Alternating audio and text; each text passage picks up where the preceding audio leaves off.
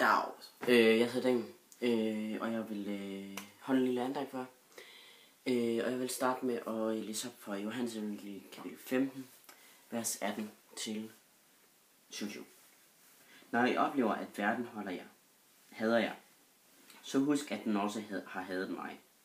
Hvis I tilhører denne verden, vil den elske jer, som den elskede sin egen. Men fordi jeg har kaldt jer ud af verden, hører I ikke længere til i verden, derfor hader den jer. Husk på, hvad jeg sagde til jer. En tjener står ikke over sin herre. De, der har forfulgt mig, vil også forfølge jer. Men de, der har adlydt mine ord, vil også adlyde jeres. De havde ikke været skyldige, hvis jeg ikke havde været her og talt til dem om deres synd. Men nu har de ingen undskyldninger. Den, der hader mig, hader også min far. De havde heller ikke været skyldige, hvis jeg ikke havde gjort de store under iblandt dem, som ingen anden har gjort. Men nu har de set dem, og alligevel hader de både mig og min far. Således opfyldte skriftens ord. De hader mig uden grund. Når jeg sender vejlederen til jer, sandhedens ånd, den der kommer fra faderen, så vil han tale til menneskene om jer. Men også I skal fortælle mig om mig, for I har været med mig fra begyndelsen. Det her det handler om Jesus, inden han stiger op til han stiger til himmelfart.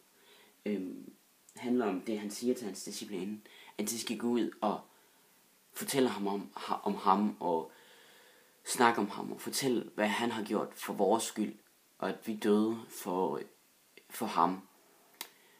Det han siger her til sidst: når jeg sender vejlederen til jer, sandhedens ånd, den der kommer fra faderen, så vil han tale til mennesker om mig. Der han snakker om her, det er Helligånden, som kommer ind over de her de 12 disciple, så de kunne fortælle om Jesus.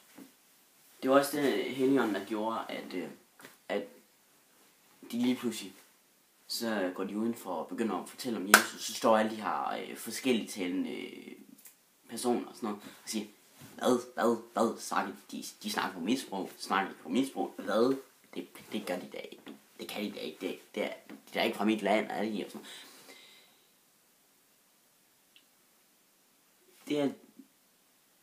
Det er jo noget af det, at Helligånden gør. Helligånden går os ind og vejleder os til at gøre det Gud vil have til at gøre. Det er den, der kommer ind i os, så vi kan fortælle om Jesus og om Gud. En ting, jeg vil give jer med her fra denne korte andagt, så jeg vil have, I skal tænke over. Og jeg vil læse op fra vers 18. Når I oplever, at verden hader jer, så husk, at den også har hadet mig. Husk på det, fordi da alle gik imod Jesus,